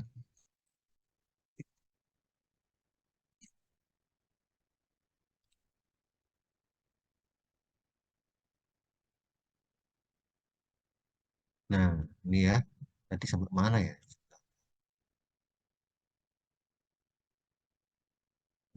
Tadi sampai sini ya. Nah, berikutnya subjek pembebasan. Nah, subjek pembebasan sekarang kita bahas subjek pembebasan. Yang dimaksud dengan subjek pembebasan adalah perwakilan negara asing. Ya, ya yang termasuk subjek pembebasan yang dimaksud dengan perwakilan negara asing adalah perwakilan diplomatik, perwakilan konsuler, dan organisasi internasional yang diperlakukan sebagai perwakilan diplomatik atau konsuler. Organisasi internasional yang diperlakukan sebagai perwakilan diplomatik ya sebagai berikut, yaitu ASEAN Sekretaris ASEAN, ASEAN Foundation, kemudian ASEAN Interparliamentary, nah, AIPA ya disingkat itu ya. Nah ini ada organisasi di kawasan negara-negara Asia Tenggara ini dibagi 3 ini ya. Jadi di bawah naungan negara ASEAN ini dianggap sebagai perwakilan diplomatik ya. Syarat yang harus dipenuhi bagi pejabat atau staf diplomatik. Syaratnya apa? Yang bersangkutan tidak menjalankan pekerjaan lain di luar tugasnya di Indonesia. Nah, seperti yang saya katakan tadi. Jadi sepanjang dia itu berkegiatan dengan kegiatan yang ada di perwakilan negara asing itu, misalkan di duta besar atau diplomat ya. Nah, itu selama ada kegiatan dengan kantor duta besar tadi ya, ya, ya, ya ini ya nggak kena pajak. Tapi selama berkegiatan di luar kegiatan kantor diplomat itu ya harus harus ini dikenakan pajak. Misalkan ya, diplomat dari duta besar itu melakukan kegiatan lain berupa bisnis ya, bisnis bekerja di suatu perusahaan, menjadi direktur suatu perusahaan, gajinya sampai 100 juta sebulan. Nah, karena dia melakukan kegiatan pekerjaan di luar kegiatan pokok dari diplomatiknya itu, berarti penghasilan sebulan 100 juta itu berarti sudah menjadi objek pajak. Karena apa? Karena yang bersangkutan tidak memenuhi syarat yang pertama. Syarat yang pertama apa? Tidak menjalankan pekerjaan lain di luar tugasnya di Indonesia. Sedangkan tugasnya dia di Indonesia sebagai diplomatik. Kemudian nyambi atau mempunyai pekerjaan sampingan menjadi direktur suatu perusahaan. Ya itu tetap harus kena pajak. Atau menjadi tenaga pengajar di sekolah asing ya, honor dari mengajarnya itu ya berarti kena pajak, harus dipotong pajak. Jangan mentang-mentang oh saya diplomat, ngajar saya honor ngajar saya tidak kena pajak dong. Oh nggak bisa, karena syaratnya tidak boleh menjalankan pekerjaan lain di luar tugasnya sebagai diplomat di Indonesia. Nah, seperti itu. Yang kedua, prosedur pengangkatan pejabat tersebut tidak dilakukan di Indonesia. Ya, jadi pengangkatannya jabatannya di luar negeri sana tidak dilakukan di Indonesia. Sudah dari sana sudah menjabat sebagai diplomat. Itu harus dipenuhi syarat itu. Kalau pengangkatannya di Indonesia ya harus kena pajak penghasilannya. Tuh, kemudian yang ketiga, pejabat perwakilan negara asing tersebut merupakan warga negara asing. Nah, kalau diplomatnya itu warga negara Indonesia ya kena pajak nanti penghasilannya. Jadi harus benar-benar menjadi warga negara, berasal dari warga negara asing. Nggak boleh WNI diangkat menjadi diplomat Amerika, nggak boleh. Tetap harus kena pajak kalau orang Indonesia diangkat jadi diplomat negara lain, ya misalkan negara Amerika, ya orang tersebut harus kena pajak penghasilannya. Nah itu ya, perhatikan nanti kalau ditanya apa yang jadi syarat-syarat dipenuhinya untuk bebas pajak bagi staf diplomatik gitu. Nah, bisa juga nanti dijadikan soal hitungan nanti, soal hitungan ya. Soal hitungan misalkan seorang diplomat warga negara Indonesia memperoleh penghasilan dan nah, itu Anda jangan sampai terjebak. Wah, karena diplomat nggak kena pajak, jangan jawab seperti itu, salah. Berarti karena dia WNI, bukan warga negara asing, berarti harus kena pajak meskipun dia sebagai diplomat. Seperti itu. Nanti bisa dijadikan sebagai soal ini ya, soal hitungan. Jangan sampai terjebak di sini. Nanti soalnya itu rencananya untuk UAS itu ya Jawa, ada dari teori, ada dari hitungan, gitu ya. Ada dari kasus. Ya kasusnya ya nanti saya ambil dari jebakan-jebakan Batman tadi, gitu ya. Termasuk membawa bawaan tadi, termasuk yang 17 barang yang mutlak bebas pajak tadi, ya seperti itu. Objek barang yang dibebaskan, barang dipakai untuk keperluan resmi, yaitu barang keperluan kantor kedinasan. Nah ini ke diplomatik, wah pokoknya barang yang resmi. Kalau barang nggak resmi nggak dijadikan kegiatan di sana ya, terus kena pajak gitu ya. Terus barang yang digunakan untuk pendirian dan atau perbaikan gedung yang ditempati perwakilan. Nah, perwakilan negara asing, ya, rumah seperti mebel-mebel gitu kan. Mebelnya nggak mau pakai yang lokal.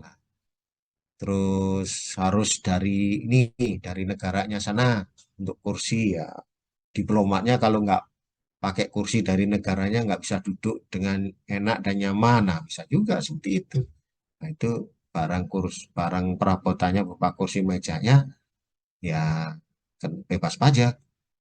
Terus mendatangkan meja kalau nggak pakai meja dari negaranya nggak bisa nulis, nah, bisa juga seperti itu. Ya. Maka meja yang didatangkan dari negaranya itu ya jangan dikenakan pajak. Terus barang-barang yang didatangkan meja kursi tadi digunakan untuk di perusahaan temennya ya harus kena seperti itu. Nah jangan sampai kejebak nanti ya diplomat mendatangkan barang berupa meja kursi dari negaranya untuk kegiatan di luar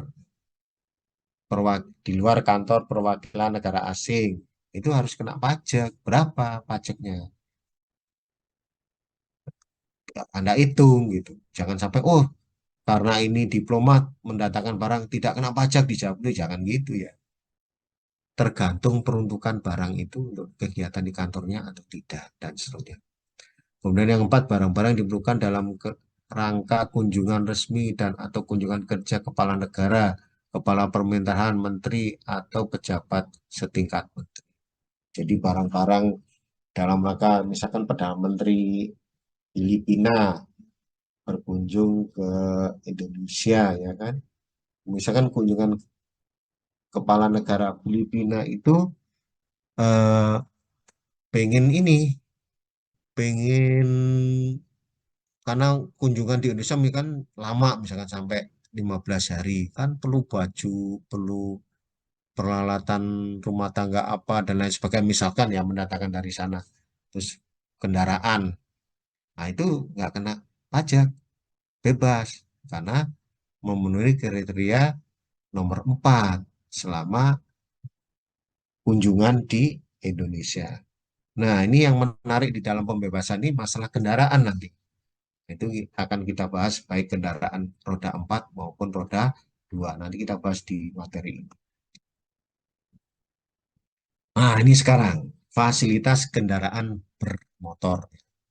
Selain kategori objek pembebasan yang diatur secara umum, perlakuan fasilitas pembebasan biaya masuk untuk keperluan resmi dan keperluan pribadi, nah, dapat juga diberikan terhadap kendaraan impor CBU ya, yang build up itu ya, atau dibeli secara lokal CKD, complete knockdown itu ya.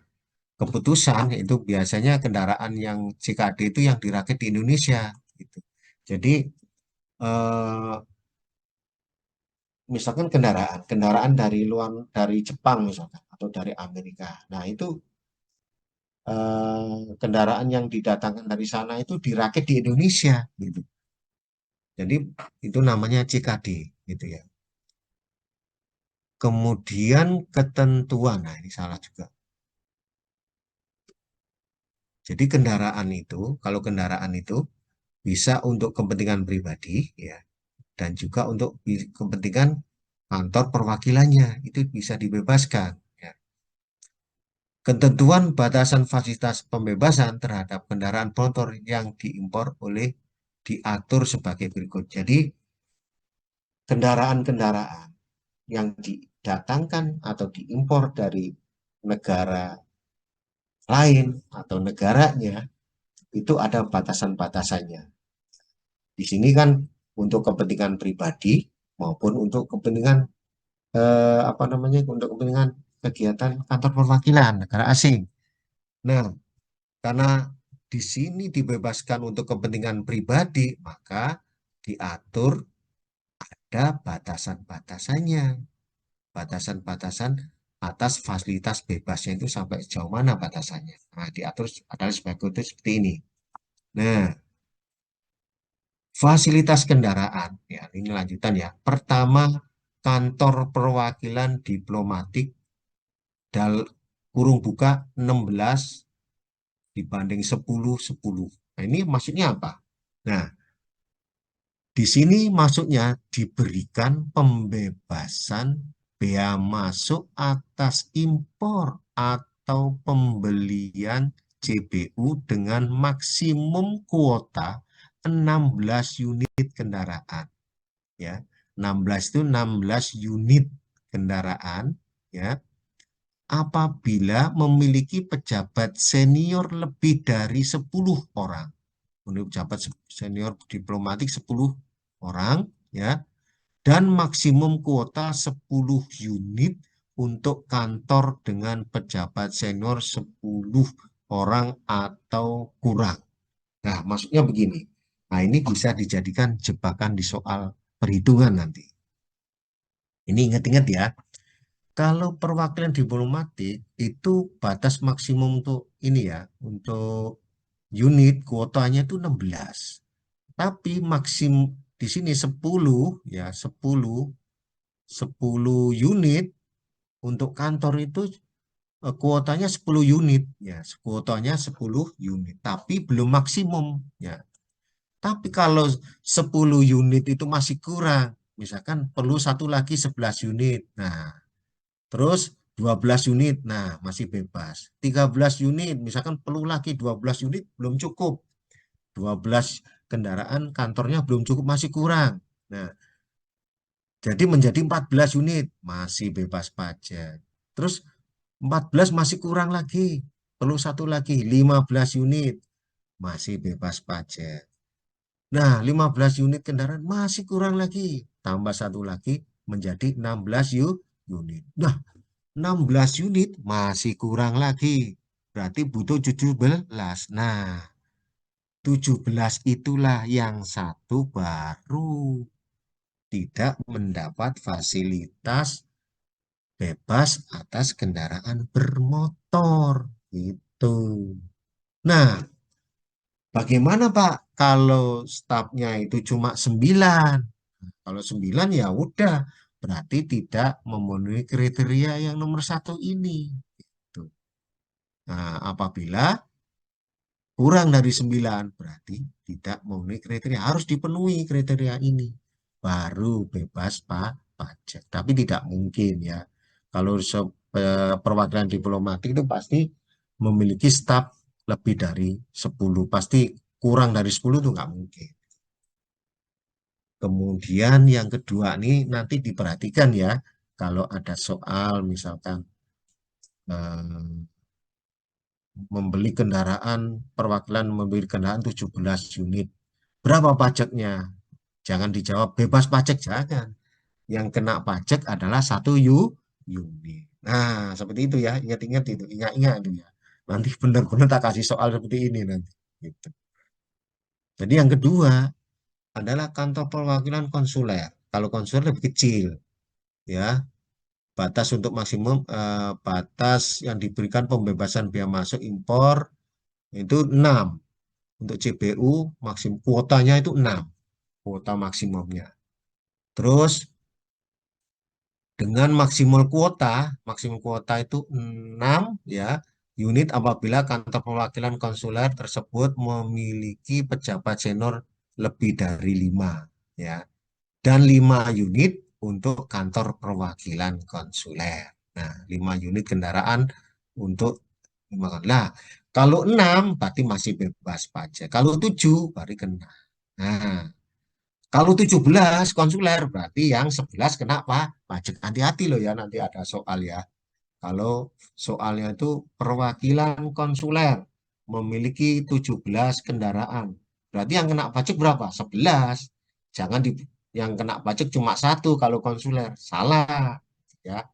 Kalau diplomatik 17 memiliki 17 kendaraan, yang kena pajak cuma satu karena melebihi 16. Tapi konsuler kalau memiliki kendaraan 17 berarti yang kena pajak berarti 11 gitu. Nah, itu hati-hati ya. Nanti tak keluarkan ini soalnya. Nah, selanjutnya nanti untuk sekretariat ASEAN 655 untuk pejabat diplomatik. Nah, untuk staf administratif dari ini memiliki pemegang paspor untuk stafnya itu paling banyak cuma satu, nggak boleh lebih dari satu. Nah, di situ ya. Nah, oke.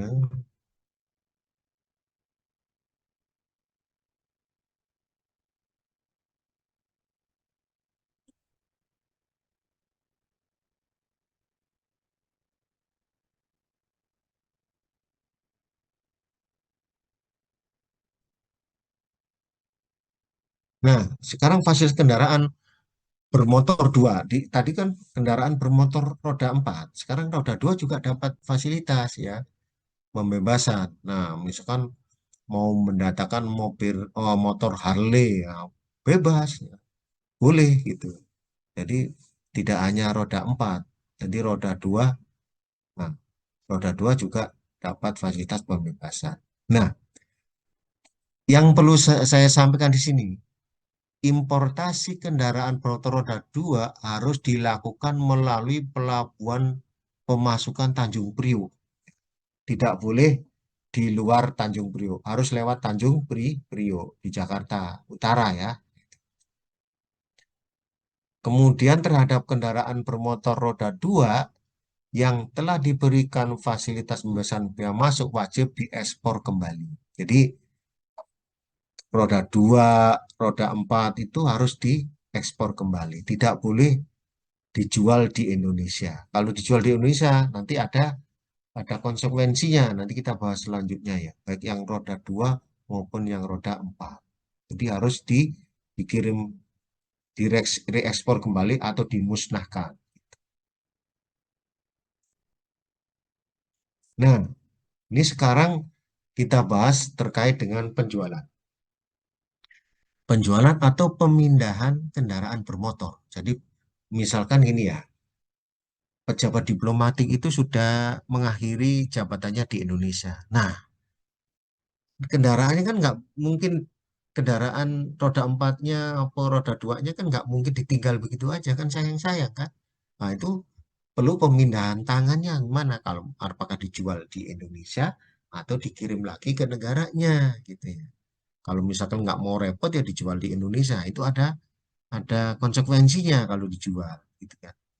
Penjualan atau pemindahan kendaraan. Maksudnya itu penjualan pemindahan kendaraan bermotor itu maksud penjualan dilakukan dijual di Indonesia, nggak dibawa balik ke negaranya gitu ya. Nah, kendaraan bermotor yang telah diberi pembebasan bea masuk yang telah selesai digunakan oleh kantor perwakilan negara asing atau secara personal oleh pejabat diplomatik diselesaikan kewajiban pabeanannya dengan cara. Jadi dengan cara kalau nggak mau bayar pajak atas pajak yang seharusnya dibayar pada saat didatangkan dibebaskan itu, supaya nggak bayar pajak ya diekspor kembali pertama itu ya, diekspor kembali, dipindah tangankan atau dimusnahkan. Nanti kalau dipindah tangan kan dijual di Indonesia, harus apa? Harus dibayar bea masuknya, harus dibayar PPh pasal 22-nya, harus dibayar PPN impornya. Bayarnya gimana ngitungnya, Pak? Ya dihitung berdasarkan bea masuk, pajaknya kena berapa, PPN-nya kena berapa, PPh-nya kena berapa, PPh pasal 22-nya kena berapa, ya maksudnya itu PPh itu PPh 22-nya kena berapa, pada saat diimpor dibebaskan itu kena berapa, itu harus dibayar. Kalau nggak mau bayar pajak itu, ya musnahkan atau direekspor kembali. Nah, kalau ditanya di soal, misalkan ada soal bagaimana caranya apa namanya itu untuk menyelesaikan kewajiban kepabeannya apabila kendaraan tersebut dipindah tangankan. Itu gimana caranya? Ya dihitung dulu. Kalau nilainya kendaraannya itu udah rusak ya, udah rusak, sudah nggak bisa dipakai, ya lebih baik dimusnahkan. Gitu. Jangan sampai dijual ke orang Madura, ya, dikiloin, rugi malah. Jangan-jangan nanti kalau dikiloin dijual ke orang Madura, malah pajaknya lebih gede, gitu ya. Nah itu salah satu contoh bagaimana membuat suatu tax planning, perencanaan pajak atau melakukan penghematan pajak. Kalau tidak ngerti tax planning, wah dipindah tangan kan dijual ke Madura aja biar murah dikiloin biar nggak ketahuan pemerintah jangan nanti kalau ketahuan malah sebaliknya bukan menghemat pajak malah terjadi pemborosan pajak. Tax planning yang baik gimana ya musnahkan ini dimusnahkan jangan dijual kiloan musnahkan saja itu tax planning yang baik karena kalau dikirim direekspor kembali ya rugi karena nilainya sudah tidak bermanfaat lagi, sudah tidak ada nilai bukunya lagi, ya lebih baik dimusnahkan, jangan dikilokan, jangan dikiloin ke orang Madura seperti itu. Nah ini telah penyelesaian kewajiban pabean kendaraan dengan cara dipindah tangankan. Nah, telah digunakan paling kurang selama 3 tahun bagi kendaraan bermotor milik dinas atau 2 tahun bagi kendaraan milik pribadi pejabat terhitung sejak tanggal pemberitahuan pabeanan impor. Jadi penyelesaiannya itu minimal itu ya 3 tahun. Terus masa tugas pejabat diplomatik yang bersangkutan berakhir sebelum 2 tahun yang dilakukan dengan nota diplomatik dari perwakilan negara asing terkait. Jadi karena seharusnya menjabat 5 tahun, ternyata 2 tahun sudah berakhir. Nah itu segera diselesaikan. Mau diambil keputusan, mau direekspor, mau dimusnahkan, atau dilakukan penjualan. Nah, kalau kira-kira jual masih dibeli masih mahal, ternyata pajaknya masih jauh di bawah harga jual, ya lebih baik dijual begitu. Daripada direekspor, dijual di Indonesia saja. Tapi pajaknya dilunasi, sedangkan harga jualnya jauh lebih besar dari pajak yang dibayar. Nah, itu cara membuat suatu tax planner yang baik. Kemudian 3, kendaraan bermotor tersebut secara meyakinkan terbukti tidak dapat atau tidak layak digunakan lagi dalam melaksanakan tugas. Kalau tidak layak, ya sudah harus dibayar kewajibannya supaya nggak ya dimusnahkan aja. Diselesaikan dengan 3 cara tadi, tergantung dari penilaian dari pemilik barang itu masih bernilai atau tidak. Nah, atas penjualan pemindah tangan tanganan kurang AN ya pemindah tanganan kendaraan bermotor yang mendapat fasilitas pembebasan markup ya masuk dan pajak dalam negeri impor yang terhutang harus dilunasi. Nah cara melunasinya seperti ini untuk biaya masuk terutang atas impor bermotor harus dilunasi dengan ketentuan tarif kepabeanan pada saat impor dulu berapa kan sudah saya jelaskan tadi ya pada saat impor dulu itu berapa harus dibayar, dilunasi. Dan nilai pabean yang berlaku pada saat kendaraan bermotor dimaksud dipindah tangankan kepada selain penerima. Jadi dibayar pada saat itu ya, dipindah tangankan juga ya. Nah, untuk biaya masuk yang terutang atas impor kendaraan bermotor tersebut harus dilunasi dengan ketentuan tarif pembebanan pada saat impor. Tarifnya pada saat impor tadi. Dan nilai pabean yang berlaku pada saat kendaraan bermotor dimaksud. Jadi tarifnya berdasarkan pada saat prosentasenya, maksudnya tarif pajaknya, tarif biaya masuknya pada saat pertama kali kendaraan itu didatangkan.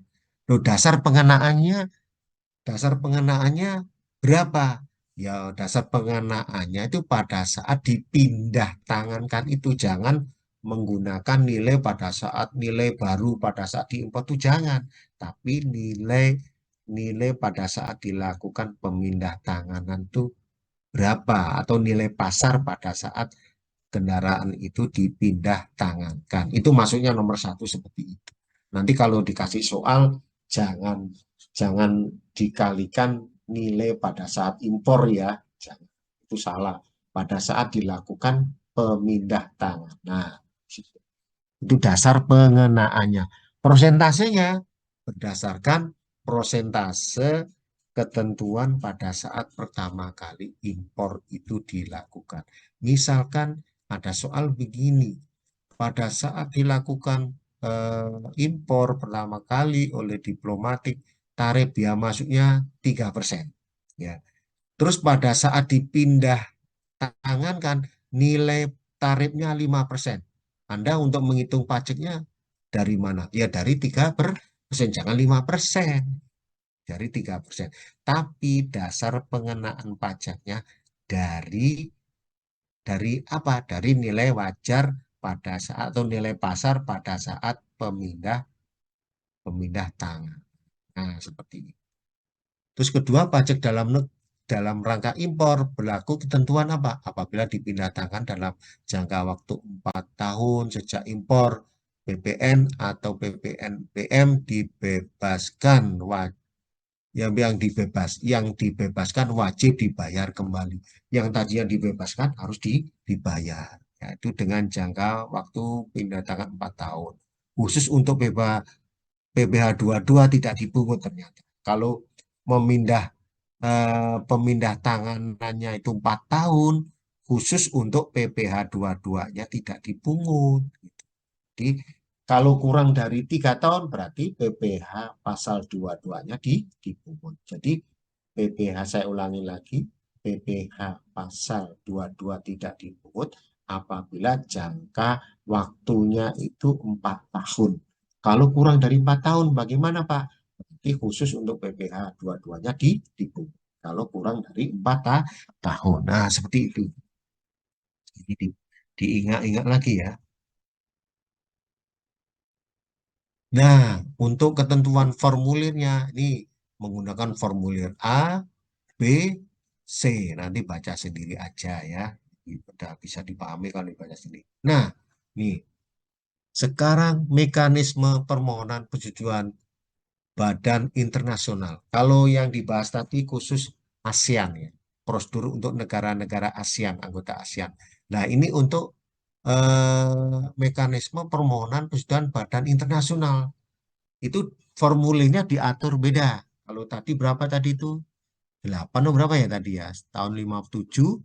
Kalau sekarang formula PP 19/1955. Ini apabila negara pada Indonesia termasuk PBB ya. PBB kan dibagi-bagi itu ya.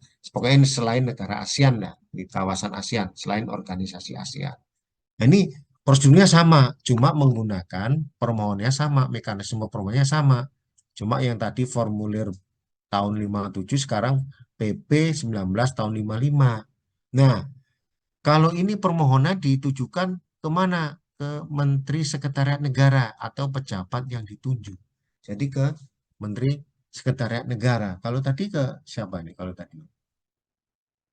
tadi ke dirjen, ya selevel dirjen bisa, selevel dirjen protokoler, ya dirjen. Jadi kalau di Seknek itu ada dirjennya, cukup ke dirjen atau protokoler ke Kemlu. Ya, tadi konsuler Kemlu dan konsuler Kemlu, tadi Kementerian Luar Negeri, sorry, bukan ke dirjen anu ya, Kementerian Luar Negeri di sini. Kalau di sini Kementerian Luar Negeri, tapi sebatas dirjen protokoler di Kementerian Luar Negeri. Kalau yang ini, kalau anggota PBB ke Sekretariat Negara. Itu bedanya di situ aja. Kalau yang lain-lain sama ya. Kalau yang lain-lain sama. Nah, nanti kalau ditanya bagaimana kalau yang diplomatik itu berasal dari kawasan ASEAN dan kalau diplomatik atau perwakilan negara asing itu dari badan organisasi internasional gimana? Nah, iya. Itu perbedaannya di sini. Tolong diingat-ingat. Nah, subjek pembahasannya sama, baca sendiri aja. Nah, ini juga nanti kriterianya PBB itu apa aja, kerjasama teknik PBB. Jadi kriteria Badan Internasional dibagi 5, yaitu teknik PBB, kerjasama teknik multilateral, teknik regional, kerjasama bilateral, dan internasional lainnya. Nanti dibaca sendiri. Oke, sekian, terima kasih. Sampai sini ada pertanyaan? Silakan kalau ada pertanyaan. Halo?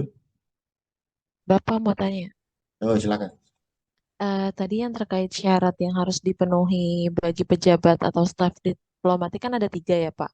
Itu tuh syaratnya harus dipenuhi semua atau salah satunya aja Pak. Jadi udah bisa.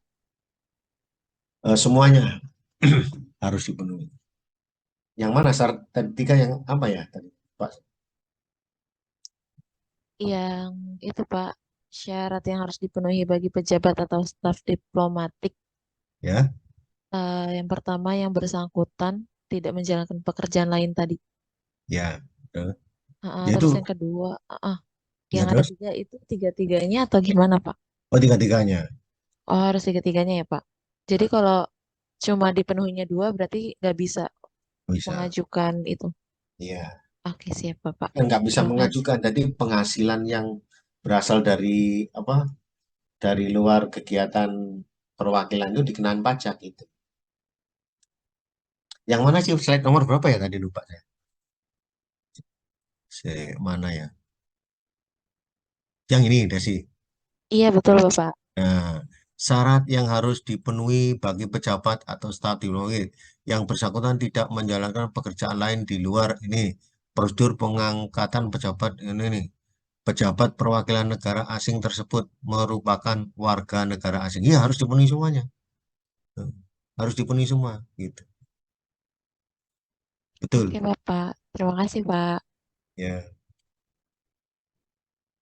Ada yang lain? Pertanyaannya bagus barusan. Ada yang lain? Bapak izin tanya, Siapa namanya? Barusan Desi ya. Des- Desti Pak. Yang tadi Desi ya. Oh ya. Iya Pak. Oh ya. Kalau Desti gimana? Soalnya bingung saya nama Desi sama Desti, bingung. Iya Pak, Tambah. mau tanya untuk yang pengajuan formulir itu kan tadi ke salah satunya tuh ke ini Pak, apa namanya?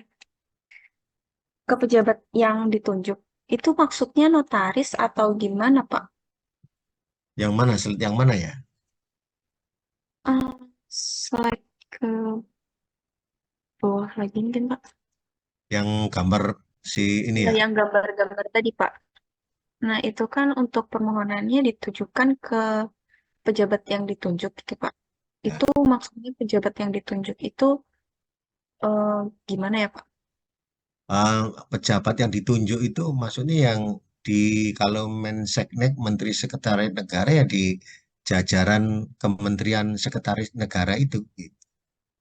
Dirjen apa misalkan di situ ada Dirjen A, Dirjen B ya di kan Kementerian Sekretariat Negara. Sekarang siapa yang jadi Menseknek ya? Sekretariat Negara itu Pak Pratikno ya. Pak Pratikno apa? Menteri yang baru di Prabowo ini siapa? Ada yang tahu? Menteri Sekretaris Negara. Kalau Sekretaris Kabinet yang Mayor Dedi itu kan ya. Kalau sekretaris kabinet tuh Mayor Dedi yang masih muda ganteng itu kan. Itu kan sekretaris negara itu misalkan ada dirjen apa, dirjen A, dirjen B, nah itu ditunjuk. Nah, jadi pejabat yang ditunjuk itu pejabat yang ada di Kementerian Sekretaris Negara. Di situ pejabat itu ditunjuk. Tolong nih, misalkan Wakil Menteri Sekretaris Negara. Wakil Menteri Sekretaris Negara punya bagian-bagian lagi menak pejabat eselon 1, eselon 2. Nah, itu ditunjuk di eselon 1, eselon 2-nya atau eselon 1, eselon 2 itu ditunjuk. Tolong eselon 2 kamu menangani masalah pengajuan persetujuan mengenai mekanisme PP 1955. Jadi pejabat yang ditunjuk adalah pejabat yang ada di Menteri Sekretariat Negara itu. Bukan bukan pihak luar dari Menseknek, bukan. Jadi masih di dalam Kementerian Sekretariat Negara gitu. Seperti itu. Apa gitu Oh, jawabannya yang dimaksud? iya Pak, saya kira untuk yang ditunjuk kayak notaris gitu-gitu Pak. Oh, enggak. Jadi masih di dalam Kementerian Sekretariat Negara gitu. Kalau di Dirjen Pajak ya pejabat yang ada di Dirjen Pajak itu. Gitu. Jadi bawahannya Oh, menteri, bisa juga wakil menteri, bisa juga subnya dari pembantunya wakil menteri juga bisa. Itu kan termasuk kategori pejabat. Gitu. Begitu. terima kasih Bapak. Oke, baik pertanyaannya. Terus ada yang lain? Oke, kalau nggak ada cukup sekian dulu ya. Materi ini sudah saya bagikan. Belum, Bapak. Oh belum, ya udah, ntar langsung saya kirim ya. Nah Ya, Pak. ini 99% keluar ini di UAS. Nggak tahu yang keluar yang mana. Seperti yang saya katakan tadi, yang saya sampaikan tadi ya, tebak-tebak ria aja di situ. Ini saya jadikan satu soal. Oke, terima kasih. Kalau nggak cukup sekian, terima kasih. Mohon maaf atas kesalahan bila ada penyampaian yang kurang berkenan, terutama sering bolong-bolong ya. Eh, untuk tambahnya minggu depan ya, tolong diingatkan lagi. Kira-kira minggu depan kosongnya hari apa? Kira-kira saya harus segera melunasi. Ya pokoknya diatur aja nanti ya. Nanti minggu depan kita atur Ya, Bapak. kira hari apa gitu ya. Oke, terima kasih. Wassalamualaikum warahmatullahi wabarakatuh. Waalaikumsalam warahmatullahi wabarakatuh. Jangan Terima lupa kasih, absen dulu Bapak. ya. Ya.